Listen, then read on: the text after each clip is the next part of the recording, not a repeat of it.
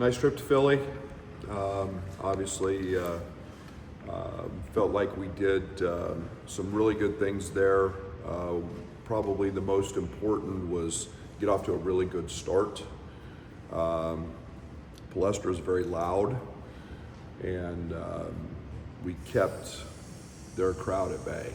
I thought with a good start, and even though we felt like we never pulled away, part of that was not shooting the ball very well, having a tough night there, fighting foul trouble, but still kept it at a pretty manageable distance throughout the game, and thought we did a nice job. It was unique. I didn't realize till after the game, 38 three-point attempts for Penn State. I think that tied Citadel for a record in my tenure here for the most three-point attempts. But really, until the last 6 minutes, I thought we did a nice job of taking away twos. Thought we did a nice job on Mingo and DeLeon in the first half, and made it tough all night. I thought was impressed with our freshmen, Keaton and Merck both, for fighting foul trouble, staying in the game mentally, not getting frustrated, not giving up and just saying it's a bad night, hanging in there, found the ways to help our team win and be productive. So all in all, some positive things, and like we said, it's a night we didn't shoot the ball very well and found a way to get a road win. So now it's Rutgers, typical Steve Peichel team. Steve's one of my favorite coaches, got tremendous respect for the job he does. Gritty, fight you, compete. A team that against Ohio State had 18 offensive rebounds. I think they're second in the country in percentage of their points coming off offensive rebounds. I think they're a team that has continued to get better and improve. Obviously, coming off a nice win against Oregon, getting great play from Francis off the bench. Young man that's averaging upper 20s here in his last 3 or 4 ball games. But they guard you. They're going to throw a lot at you. The presses. They'll play some zone. You don't play man, and we've got to do a great job. Their guards are very, very efficient and very effective, and most importantly, they do an elite job rebounding the ball. They're very competitive on the glass, and we've got to not allow them second chance points, and area we're trying to continue to get better at ourselves. When you look at what Z has given you, how have you guys unlocked some consistency with him in the minutes that he's out there? Yeah, I think most of it's Fletch. I think a lot of his challenges have been physical. I think he's had some challenges with his leg, with his knee, that have maybe hindered him in the past. And I don't like talking about the past too much, but I think that Fletch is he's added 25 pounds to him. He's gone from a skinny guy that got fatigued all the time to a guy that's physically strong. I think he's helped that leg, that knee in strength. He's not dragging it as much, or doesn't drag it at all now. I think we've seen that with that, his confidence grow. We see a guy that wins 22s, sprints, he wins them. He's not finishing last like he was 2 months ago. He's a guy that's literally running harder than anybody. So his conditioning's gotten better, his stamina's gotten better. I think his comfort with where he fits in our system and how we play helps him immensely. So I think it's just a combination of the physical, and then we see the mental confidence and all that's growing. Is Kylan on at the Palestra talked about Cam and their buy-in to what he's saying. How have you seen him cultivate that buy-in, and how have you seen your guys respond to that? Yeah, it's been phenomenal. Cam's doing a great job, and again, it's been a major emphasis. We had a lot of those practices in between some games to really hone in and work on those guys, hold guys accountable. Cam's got a very creative mind and a great way of communicating. And then I had to help him. I had to, enforce it, back it up, and the accountability piece. And we're making fewer mistakes, which is again a piece of practice. But I think Cam and Jeff and JC and all those guys on the defensive side are doing a great job. What's important for your guys against what you call typical Steve Pikiell team? Yeah, body blows. They're going to throw body blows the whole game. You have to take them. There's no quitting in any of his teams. You've got to keep doing your job, every single time. You've got to match their effort. You've got to match their tenacity. That's the way they play. And Steve's teams have done that year in and year out, and this one's no different. What are you maybe looking for in limiting offensive rebounds? Penn State had desire, want to, tenacity. You've so many players today just watch a ball when it's shot.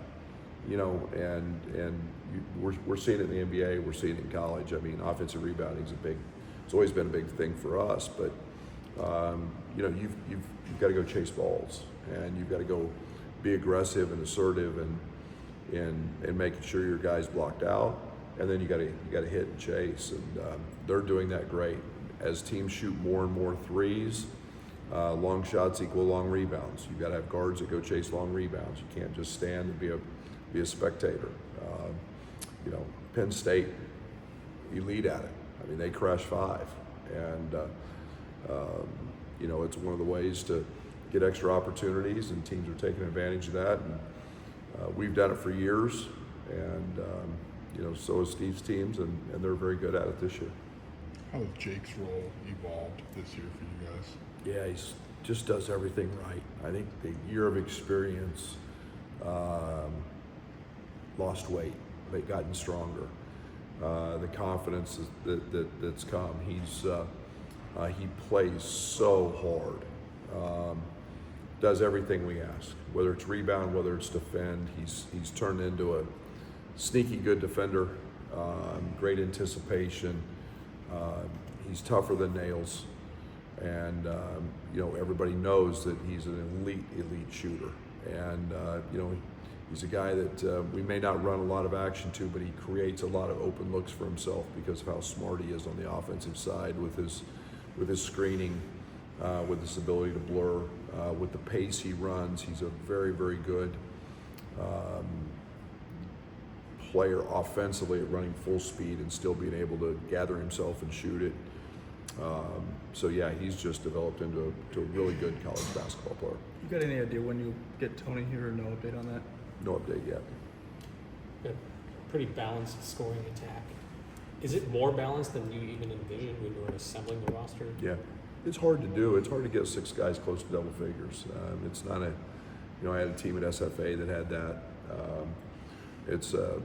It's really a coach's dream to have some balance like that. And again, I tell our team all the time, we're forcing some teams to do different things defensively against us, and we've got to be ready to take what that looks like. Whether it's a team that wants to, get after Keaton and double him and play out of that, whether it's a team that's going to rotate to Tommy, and Z and Pops and Merck and Pops, the team that's just going to stunt. Whatever the coverage is, it sets things up for us, to make adjustments. And we made adjustments, and then you get throw in the offensive glass, and you throw in the free throws, and certain situations for Andre to be successful in the open court. It's been a good mix. It's from the first week of November to the first week of January. What's the biggest point of growth you've seen in Dodger?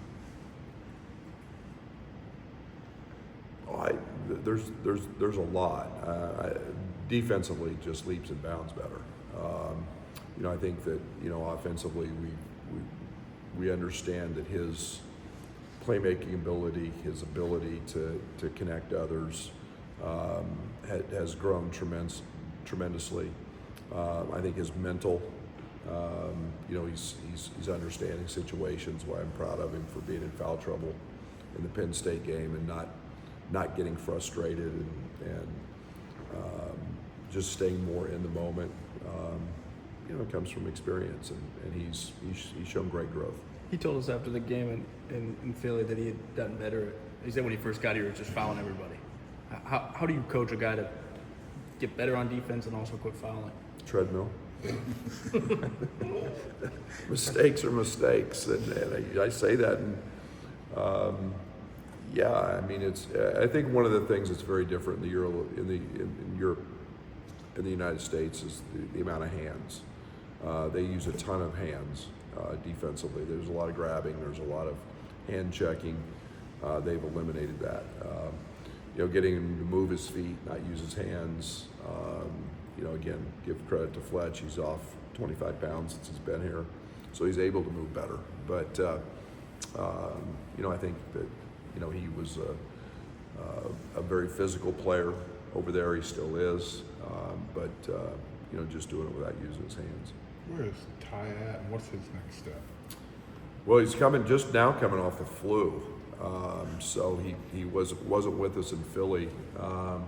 He's doing some participation in practice, but it's not full-on stuff in practice yet. So made some positive gains, and it's nice to see him out there in a practice jersey and doing certain things. So he's continuing to gain strength. Obviously, there was atrophy and some of that stuff in the leg, but until we get him back right, but he's no one's working harder than him, and we'll just keep taking it day by day. But right now, it's nice to see him participating in practice. What can that do for him to have just some semblance of basketball? I mean, even if it's not a full practice, to put a jersey on, to go out and do something. Yeah, I'm sure it's great for his mental. You start to see the light at the end of the tunnel, and there's a lot of lonely days in a training room, and doing rehab, and he's been there every single day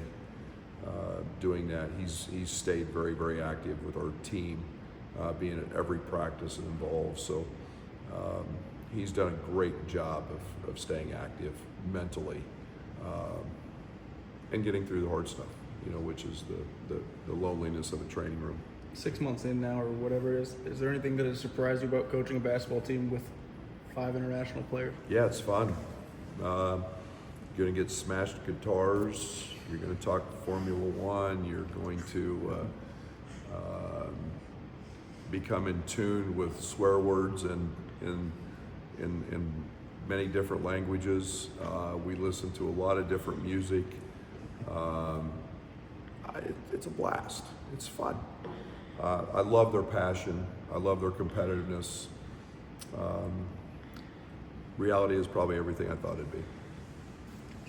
We don't see a lot of nights like that out of Tommy. Where's he at from conditioning, from comfort, from just working his way back into basketball?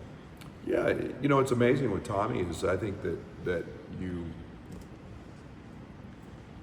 people scheme him.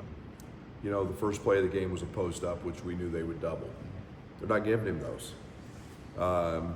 Teams when he pops or have a decision to make, are they going to full rotate? Well, when you've made 5-6 threes in a game before in your life, you force teams to have to make decisions. And I think it's the beauty of this team. We don't win that game last year if teams guard him like that. I think he's put himself in that position to be at the top of the scouting report. Teams are taking a lot of attention to him. He and I talked the other day. We've got to have more of him on the offensive glass. and the defensive class. And you know, he's doing a great job defensively. He's been really solid there. That's got to continue to grow. But you know, offensively, he's a pretty prime target for most opposing coaches to have to figure out what to do with him. Thank you. Thanks, Thanks, Coach.